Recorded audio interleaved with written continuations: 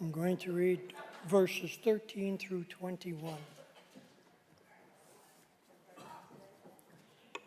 Someone in the crowd said to him, "Teacher, tell my brother to divide the family inheritance with me."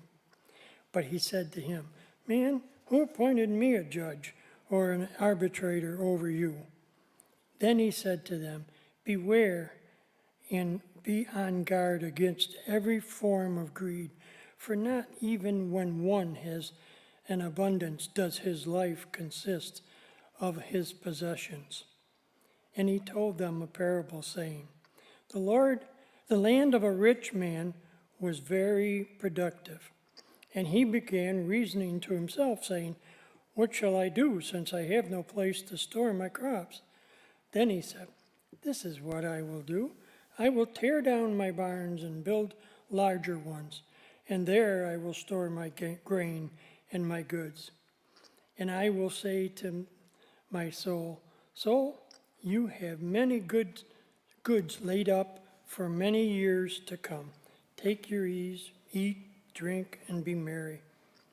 But God said to him, 'You fool, this very night your soul is required of you. And now who will own what you have prepared?' So is the man who stores up treasure for himself and is not rich toward God." Thank you, Bill.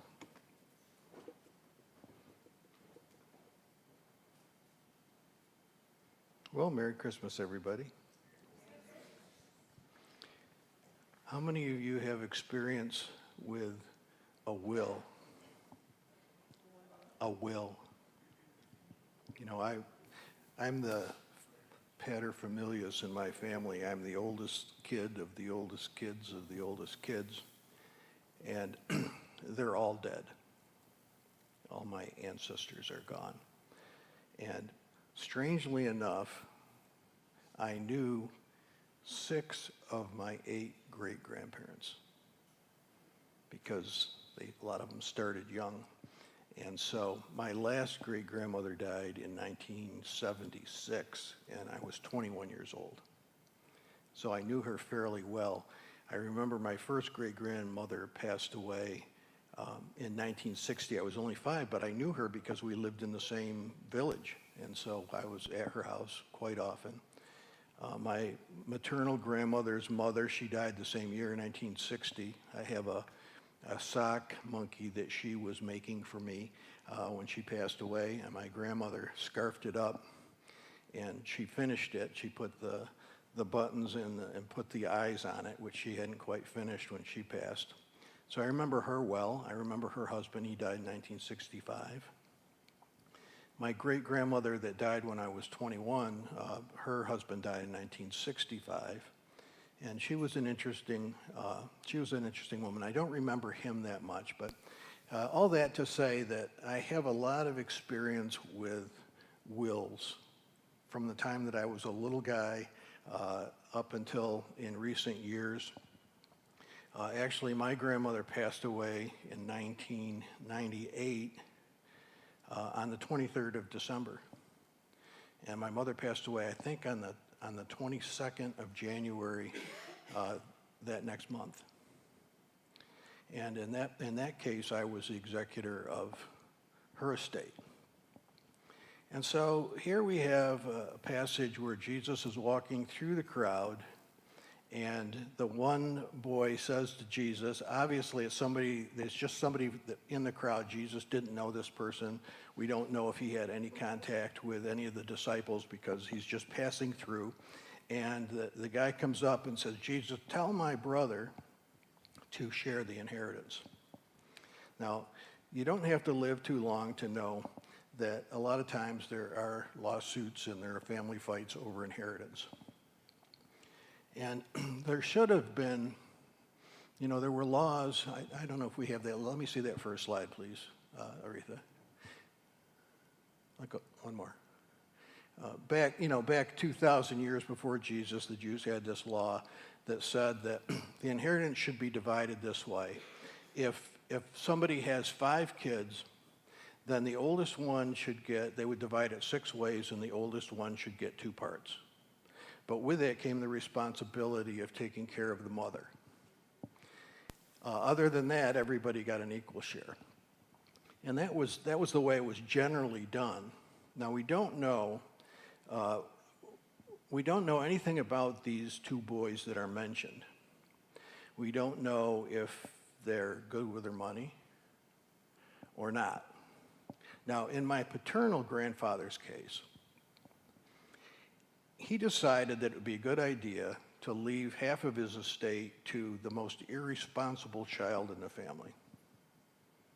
And half came to the most irresponsible child in the family, and the other 5 each received, 1/5 of what was left. They received 10% each, and he received 50%. And of course, the irresponsible child, within 2 years, blew every cent of it. The house was sold. He bought a new Chevy Super Sport. He bought a new Ford pickup truck on payments, and before long, the cars were repossessed, and every penny was gone. And so, needless to say, my father himself and my father's brothers and sisters were not pleased at all with the fact that this irresponsible kid, who was the youngest kid, received half of it and blew every penny. And my father was the executor of that estate, and he kept trying to not disperse the money. He was supposed to get so many dollars at age 21 and so many dollars at age 23, but he was about 20 when his father died, and his mother was already gone. And so my father I didn't want to turn it over because he knew the kid would blow it. We don't know what the case is here, but we know that there's 2 brothers. One of them has it all, and the other doesn't have any. Or maybe, possibly, the older brother has 2 shares, and the younger brother may have 1 share, and he may be asking that it be divided equally. I mean, we don't know the details of this, but we know that the one is not willing to give up what he has, and the one wants what he doesn't have. And he comes to Jesus and wants him to solve his problems. Next slide, please. The unspoken person in the story is the father, who's now passed away. And so we don't know if he had a will. We don't know if he preferred the one son over the other. We just don't know anything about it. But the fact is that the poor guy is gone. And there's a situation left where the kids are fighting with each other. I knew a woman when I was little. She lived next door to my grandmother, and she was a world traveler. She never married. She was an old maid, and she was old. She was so old that she put her wig on backwards. When we see her, she just wasn't with it. And she had the most beautiful antiques. She had a Venus de Milo, the one with the broken arm. She had antiques from all over the world. She'd been to China, and she had all kinds of stuff in the house. And she left everything to her 2 nephews, except that on the bottom of each item that she had in the house, she put a piece of tape, and she wrote on it whose name of who it was supposed to go to. Guess what happened? They came in, they ripped all of those off, they called an auctioneer, they sold everything, and they kept everything for themselves. And they did give my grandmother one thing, because her name was on it, and it was relatively worthless. And so they did give it to her, and it was a cut glass, I'm going to say it the way she would say it, vase. A vase, a cut glass vase. And so she did get that, but that was the only thing that was supposed to come to her, and it was probably worth $2 or $3 at the time. And my grandmother gave it to me. She said, "Here, I want you to have this because I don't want anybody fighting over it after I'm gone." And so I have it over at the house even today. It was the only thing she got. And she took care of that woman for years and years and years. Teacher, tell my brother to divide the family inheritance with me. It's a problem. What about the brother? Next slide, please. Here's the brother. He's got a smile on his face. And he's thinking, I'm going to have an easy life now. I can chill. I can have whatever I want. I don't have to work too hard. I've got everything that my dad has left. Well, there's three people in this. The deceased father. Now, did he leave things the way they should be? And I'll tell you, make sure you leave things the way you want them to be. Make sure you make your will out and make sure everybody knows what's what and make sure you're fair with everybody in your family. Because, the fathers and mothers, when they pass, they can be responsible for, the things going crazy after they're gone. So try to do your best. But you know what? Even if you do your best for something like that, then there still can be problems because people are innately greedy. There's something in us that we want more, we want more, we want more. So here's the problem. The interesting thing about this story is Jesus does not enter into the conflict. There are some things that when people come to you, they want you to resolve things. There's no resolving this unless these people want things to be resolved. And obviously this one brother doesn't want things resolved because I guarantee you that this is not the first time that the brother has heard from his brother that he wants half. Not the first time. So he's coming to Jesus hoping that Jesus will help, and Jesus doesn't. Although he does, but not in a direct way. Next slide, please. I don't know what kind of candy bar this is. What is it? Okay. I don't like Twix.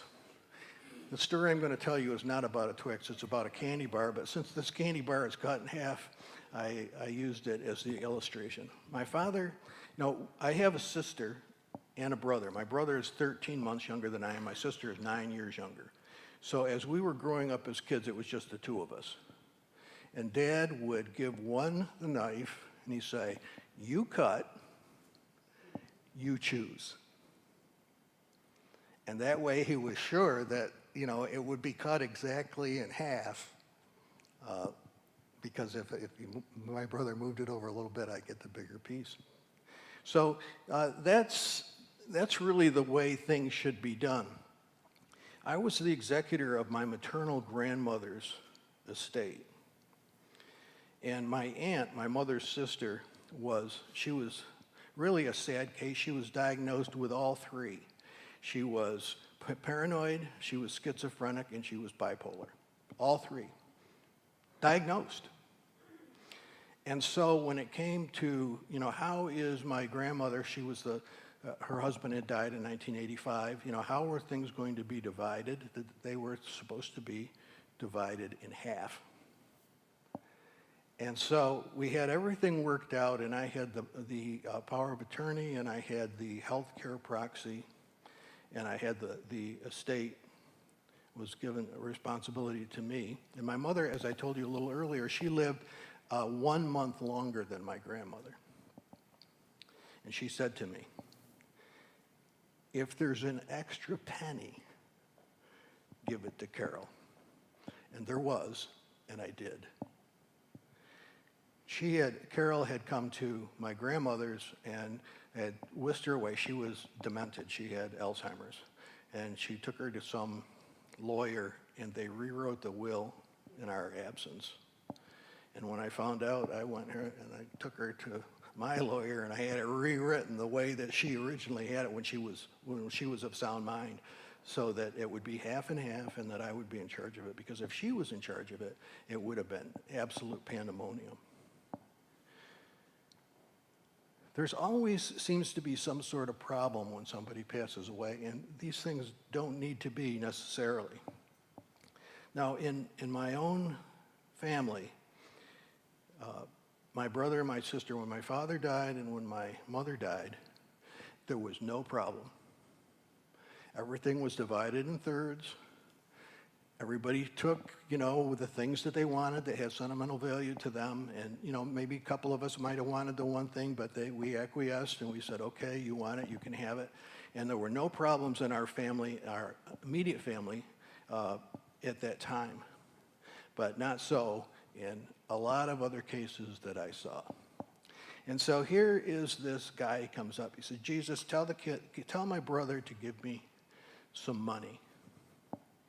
And Jesus said, I'm not been appointed judge over you now. We have, next slide, you're there, okay, good.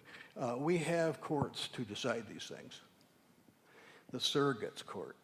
When you die, your will goes to the surrogate's court, and it's on file. And you know what? Did you know this? You can look up anybody's will. All you have to do is go to the courthouse, and you can see exactly what they did with every penny they had. And the judge will look at it if somebody says, the will says this, but this is what's being done, or they haven't given an accounting, or they spent some money frivolously, or whatever the accusation is, and the judge will look at it and decide. And if somebody has to give something back, then they have to give something back.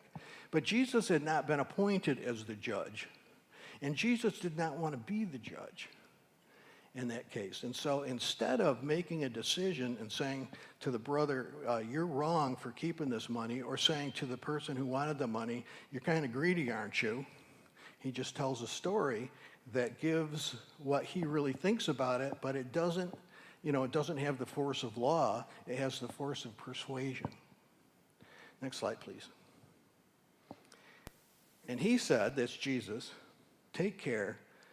Be on your guard against all kinds of greed.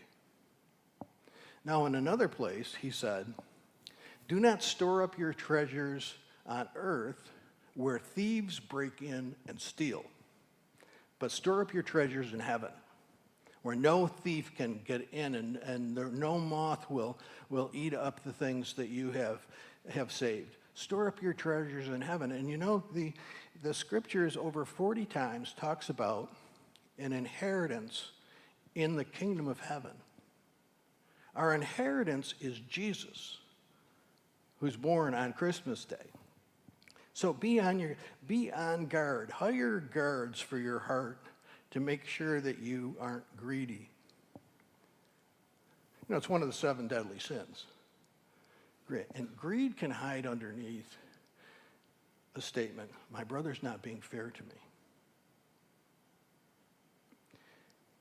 Greed could also be involved in the deceased father.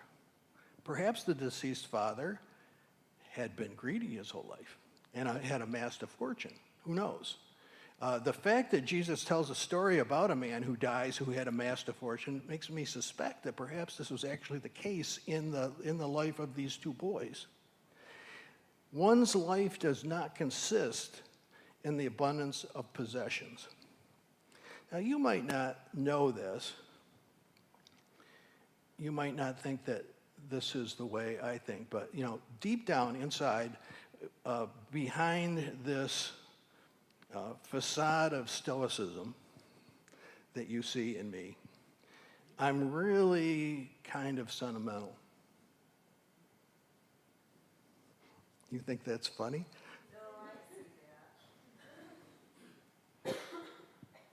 I have something from every single parent. I have something from every single grandparent, and I have something from every great-grandparent who I knew. I have something from them. And, Caleb's going to be my executor, and he says he's going to sell my Cub Cadets. He's going to trade it for, CDs or something. What are you going to sell them for? You can't remember? Something bad. He's going to keep my guns and argue with the other kids about the guns. But, I have my grandfather's gun. I have my grandfather's gun rack that he made out of deer hooves. And it sat on his wall, my whole growing up. And there it was. And when he died, I said to my grandmother on the day he died, maybe this was greedy. I said, can I have his gun? She said, absolutely, you can have it. You hunted with him. all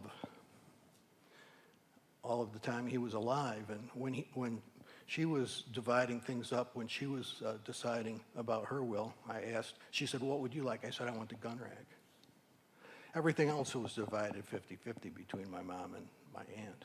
But she gave each kid something. And I have in the house things from my great-grandparents, even some things from my great-great-grandparents that I didn't even know.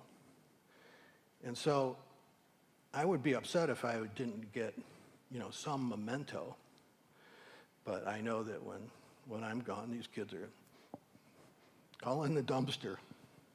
My friend Gib Buckby, who used to live on North Main Street, and then he lived on the corner of Seneca Point and Westlake, he had the most beautiful antiques. Just fantastic stuff. He had complete sets of every American coin, all the rare ones. He had a complete stamp collection of, I think, every stamp that was ever produced in the United States. He collected everything, and his kids didn't want any of it. They called in an auctioneer, and it was all turned into money. It's very typical today. Nobody wants this stuff anymore. They don't want the junk in their house. Very typical. Maybe one sentimental thing, but I have a poster of an auction from my great-great-great-grandparents where they sold everything at auction and all the stuff they had. But I thought, I'd really like to have all this stuff. I wonder where it went. Yes? Oliver, you're just saying that one's life does not consist in the abundance of Yeah, I know it. I'm giving the other side of it. And I'm also saying that those things, like I have a set of lamps that came from my great-great-great-great-grandparents when they lived in New Bedford, Massachusetts, and they were mantelpieces. And you probably couldn't get $15 or $20 each for them, but to me, they're, family heirlooms. But when I'm gone, they won't want them. Go ahead to the next slide. Scholars are unsure of the intended meaning of this sentence. And here are a number of possible meanings. I can't say that I know the Greek language. I do know a little Greek, and that's Sam Kritikos. He's a real estate broker in Victor, but I don't know anything else about the language. But these are possible translations of this Greek in this sentence. The one we have in our version here, life does not consist of the abundance of possessions. Others have it, a man's life does not belong to him, no matter how rich he is. It does not follow because a man has an abundance in his life that his life consists in wealth. A man's wealth is no guarantee for the continuance of life. It can be translated, and the scholars all agree that it could be translated in any of these four different ways. But the idea is that there is a physical life, it's short. And whatever we have in this life is going to go on and be the possession of somebody else. Next slide, Aretha, and see if you can get that thing to play. And remember to turn the sound on. This is Frank Sinatra. Those of you who are younger than me probably don't even know who he is. Frank Sinatra was probably the most famous musician in the 1940s. I never liked his music, but he was a very, very rich man, and everybody knew who he was at the time. And the bellman told me that she's been waiting for 5 hours to see you there. Frank opens the limo door, goes back out, and says, "What's up, help me help you? So my husband's sick. I just want an autograph for him to make him feel better. I was hoping you could give me that." He said, "No problem. Here it is."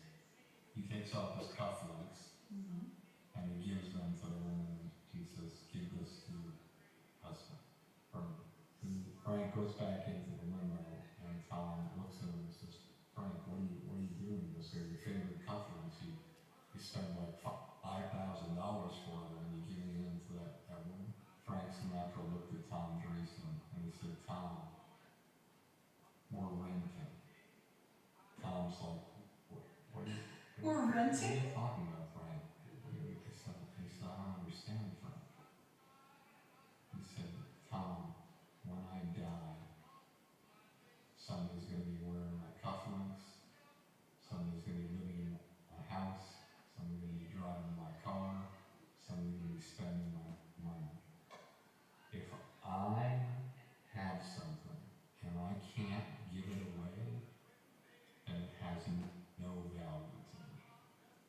He was Frank Sinatra's Okay, opening that's act. good. That's good. Now, I don't know what kind of person Frank was. I don't know what his real morality was, but he's certainly right about that. He came to the place, this was probably later in his life when he said that, after he'd become a multimillionaire. But he understood that life is not about possessions. And Jesus was trying to get that across. Next slide, please. Then he told them a parable. The land of a rich man produced abundantly. I don't know if you were aware of this, but this area of Cheshire, back in the 1800s, was extremely rich. Not because there was the lake houses. You know, when the woman I told you that lived next door to my grandmother, she always lamented that when she was young, she could have bought level lakefront on Canandaigua, west side, for $1 a foot. Nobody wanted it in those days. But this area was rich because of the farmland. And back before, all right, I'll say it, before the government got involved in farming, you could make good money on a farm. And there was a store here in Cheshire, right down here where the Mad Hatter is. That guy was a commodities broker. His name was Cyrus Wilbur. And as a side note, his gravestone is down there in the cemetery, spelled wrong. He ordered it, spelled it wrong, and he never sent it back. But he had this commodities business here in Cheshire where you could bring in a cow, or you could bring in a hog, or you could bring in chickens, or you could bring in eggs, and you could trade those things. And he would acquire the produce. This was a big hops growing area as well. He would bring in the produce, and he had a way to transport it up to Port Gibson, the north part of the county, and load it onto a barge, and they would take it over to Albany and down the Hudson River and sell it in New York City. And all that money from New York City came up here, and the people were doing very well in this area because they were farmers. Now, today, farmers work, day and night and barely make it. Sometimes can't because there's the taxes and all the other problems that they have in raising crops. But in the early days, if you had a piece of land, if you had, say, 50 acres, you could do quite well for yourself. And so Jesus told a story about a guy like that. I'm wondering if this describes the father of these two boys. Land which produces abundantly. So what to do? Next slide. Thought to myself, what should I do? I have no place to store my crops. What should I do? What should we do? What should a Christian do if they have an exceedingly amount of extra money?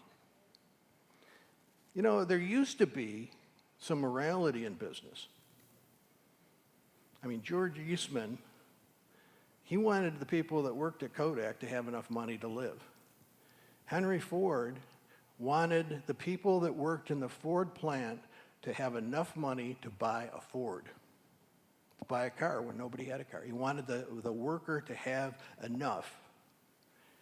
This kind of morality it's almost non-existent.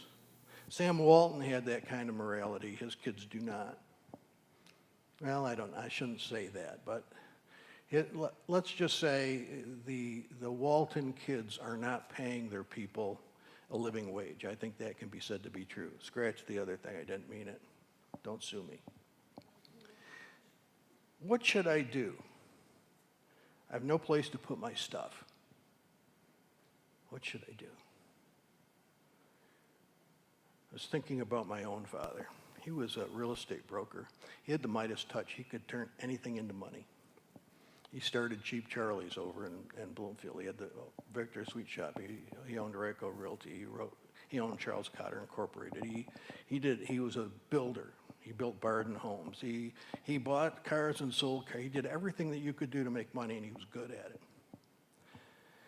So one day, he came across a piece of property on the border of Victor and East Bloomfield.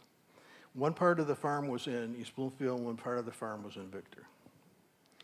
And he had it for sale. Nobody wanted it. You know why? Because the guy who ran it died, and nobody found him. He was an old man, and he was in the house for weeks, dead, before they found him.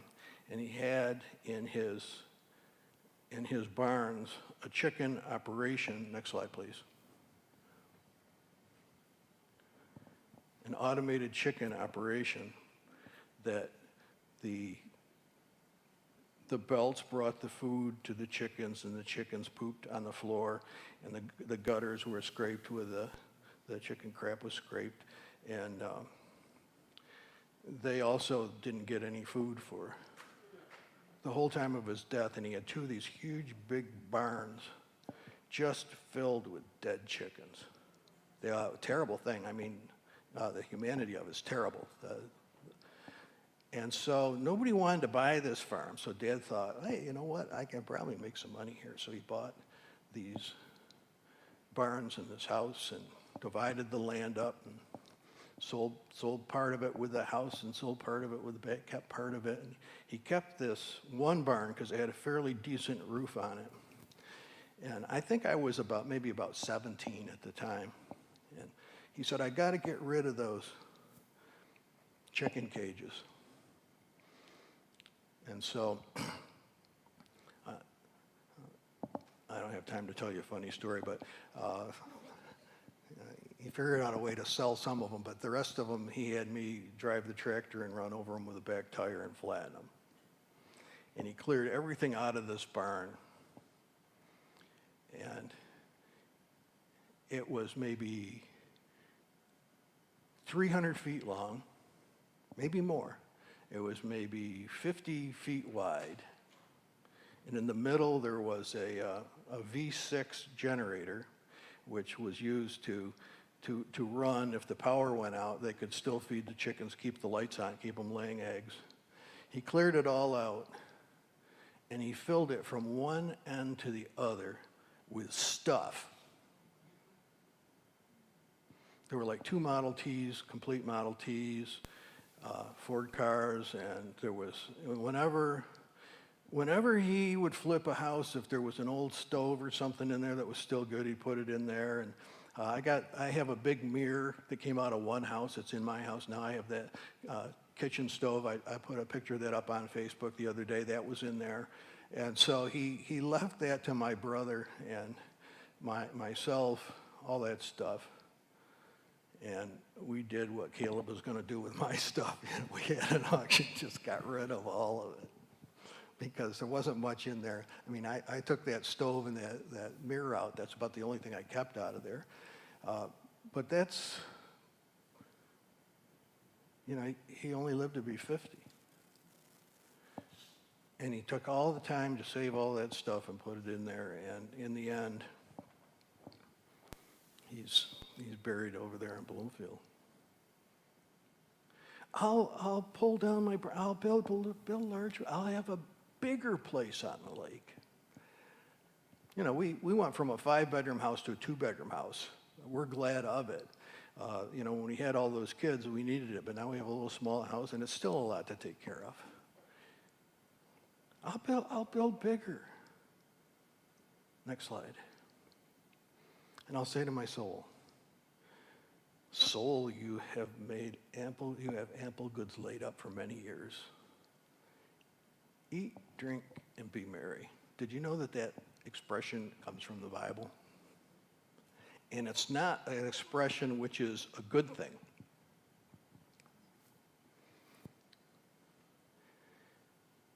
They were saying to the Apostle Paul later, there's no such thing as a resurrection. In chapter 15 of 1 Corinthians, Paul is arguing with them that there is such a thing as a resurrection, that Jesus is indeed resurrected, and that there is an afterlife, and that this life is temporary and the afterlife is eternal, and we should mind ourselves of it. And Paul says to them, if with merely human hopes I fought with wild animals at Ephesus, what would I have gained? If the dead are not raised, let us eat and drink, for tomorrow we die. Our life is not completely about temporary. Now, there are places where it says enjoy your life, and there's two sides to this, and I'm only giving you the one side here today. There is a happy life. There is a time for dancing. There is a time for eating and drinking. There is, the wedding times and birthdays, and those are appropriately celebrated. But if that's all there is, then our life is over. Let's look at what somebody said about 900 years before Jesus. This is an old man, this Ecclesiastes passage. Oh, good. You're right on top of that, Aretha. Thank you. This is an old bitter man writing. I said to myself, what happens to the fool will happen to me also. He's talking about death. Why then have I been so very wise? So I hated life, because what is done under the sun was grievous to me, for all is vanity. Now, this is a guy that had like 900 concubines and palaces, and they said that silver was, nobody would take silver in trade during the time he was the king, because there was so much gold flowing. It's all vanity, chasing after wind. I hated my toil, which I toiled under the sun, seeing I must leave it to those who come after me. And who knows whether they will be wise or foolish, yet they will be master of all for which I have toiled and used my wisdom under the sun. This is vanity. This is vain. So that's kind of a bitter way to look at the end of life after you have everything. You've been wise in your investment, and it all comes down to the last moment in your life, and you can't take it with you.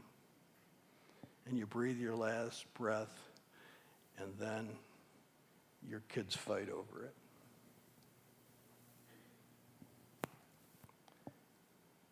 God said to him, back to our story, you fool, this very night your life is being demanded of you.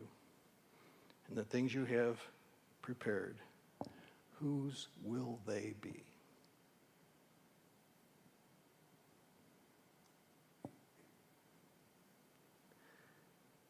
The conclusion is, so it is with those who store up treasures for themselves, but are not rich towards God. The end of the sermon, amen. I mean, that's all there was to that discussion. It's interesting that they come up to Jesus, tell my brother, obviously he's there, tell my brother to share the inheritance. Who made me judge over you? But everybody listen. Guard yourself against greed. It's one of the big problems. Why do people embezzle? Why do people commit financial crimes? It's greed. Make sure that isn't in your life. We have a few minutes here. Who has something to add to this?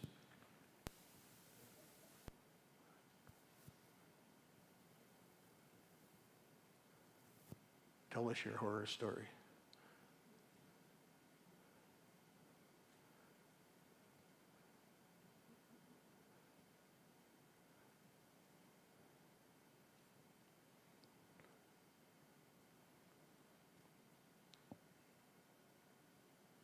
I'm not afraid of silence.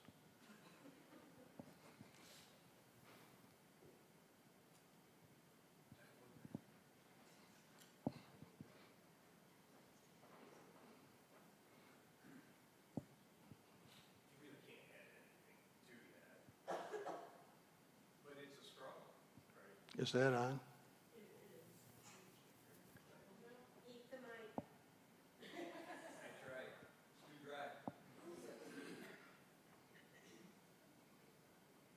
Might just need to be turned up. Or turned on.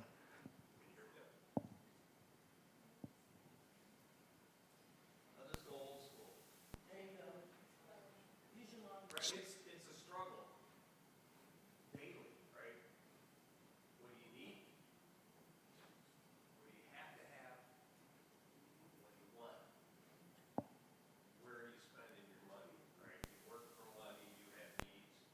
And you should. I mean, if you don't mind me interjecting here, the same guy, the bitter old guy, also said a good person leaves an inheritance to the children's children. So there's another side to it too.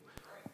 So, and that's where I was going, so thank you. And when you look at the Sorry. scriptures, right, you have to, it's a balance, and really, where's your heart?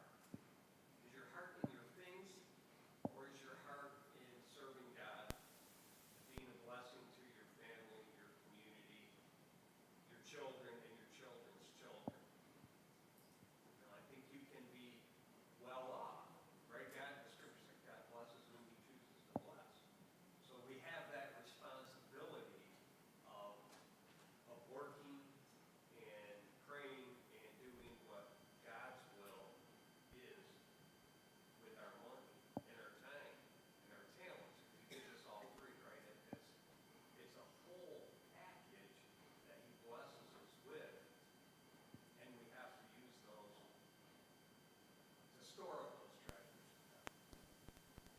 And you also don't want it to be a burden to your kids too, right? I mean, to the will part, that's part about being planning and being a good steward, so that you know that your gifts from God are going to be used for him.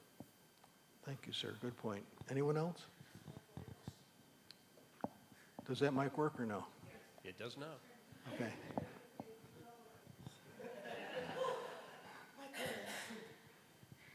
Taylor's got COVID. He's not here to help with us. That's all right. So it just reminds me of the fact that, you know, people aren't going to remember what you wore today. People aren't going to remember all the things that you had, the type of car you drive, but they're really going to remember what you did and what you did for them and what you did for, like you said, what you did for your community and your actions and, you know, how you left things. The memories are going to be more important for you to actually live on in your community. Thank you. Very good. Anyone else?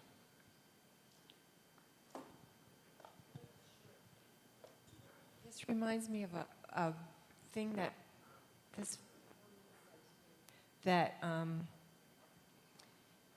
she said, be aware of what's in your wake.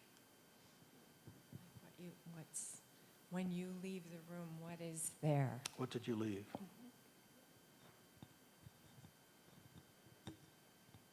So, Shannon, I'd build on a little bit of what she said. The way it hits me is all of our life is give and take. It's all give and take. People want to be remembered by what they gave and not by what they took. So as Christians, we should be working to be remembered by what we give and not by what we took.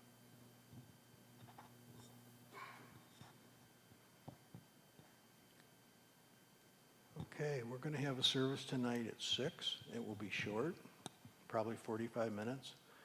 We'll have the candles lighted. It will be dark for most of the service. There'll be a lot of singing, short sermon, and so if you can make it, we'd appreciate it. And if not, God bless you. We'll see you next week. Bill has something to say. Oh, did you have something to say, Bill? Yes. I'm sorry. I didn't see you. Sean's not here, is she? On behalf of all the people here that made a donation for you and for Sean. Thank you so much, Church. I appreciate it very much. Appreciate it. Thank you. God bless you.